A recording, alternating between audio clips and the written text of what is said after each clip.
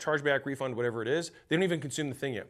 And so you want to reconfirm the buying decision, tell them why it was a great idea, give other reasons that they didn't mention, and also confirm the ones they used to buy. And then you say, this is the roadmap. This is what you can expect to see from us. And the ideal client relationship, you simply set expectations, meet expectations, set expectations, meet expectations. And if it's up to you, I would rather you set and meet multiple times rather than set 20 and then meet all 20 on this day. So let me give you an example. If I had a marketing agency, and let's say we did website design and SEO and whatever, a bunch of other stuff. If I had a weekly cadence with them where I said, hey, this is all the stuff we did in the last week, it would be more effective to say, this is what we're working on today, and then the next day send them an email, be like, hey, we finished that part, and tomorrow we're working on this. In the same 7 days, they're gonna get 7 positive feedback cycles with you and your business of you setting expectations and meeting expectations, even though it's the same work. Simply taking the second to reach out to them at each of these scenarios to let them know what you did will get them to stay longer. Imagine you sign up and the next day they're like, hey, we already did this. We're like, oh, that just reconfirmed the buying decision and they met the expectations they set. And then you do it again, and then again, and again. And by the time day 30 comes around, they're like, man, these guys are amazing. They're so on it. And that's what you want customers to think about you.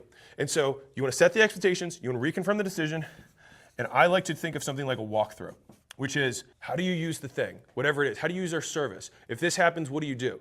And this process, you want to have this all over the place. Like this, you're going to repeat over and over and over and over and over and over again. Because they're not listening. They're on their phone. They've got their kids in the backseat. They don't really care that much about your business. They bought it one time on a whim, whatever.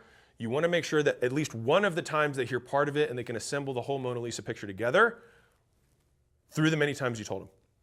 So onboarding, if you're not doing it, please, for the love of God, do it, because you will be amazed at how many you will get. You could probably add 1 or 2 months to your recurring revenue by simply setting the expectation properly, reconfirming the decision, and walking them through exactly what they just bought.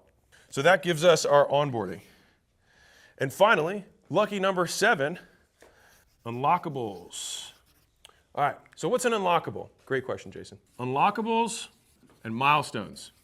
Okay, now this is gonna be so painfully obvious and yet no one does it. What do you want a customer to do? Like really, you're like, what do you want a customer to actually do? Besides continue to stay and pay. There's other stuff too, right? So right off the bat, what I want someone to do is I want them to activate.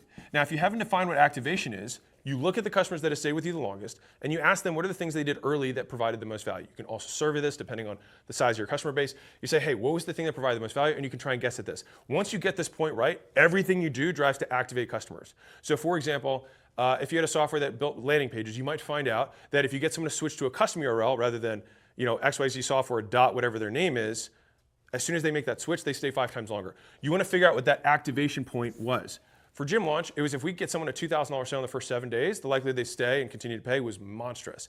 And so we drove a lot of attention to try and make sure people actually made a darn sale that was really big and material in the first week. Duh, right? If I have someone in weight loss, I want them to lose 5 pounds or more in the first week. Duh. So these are the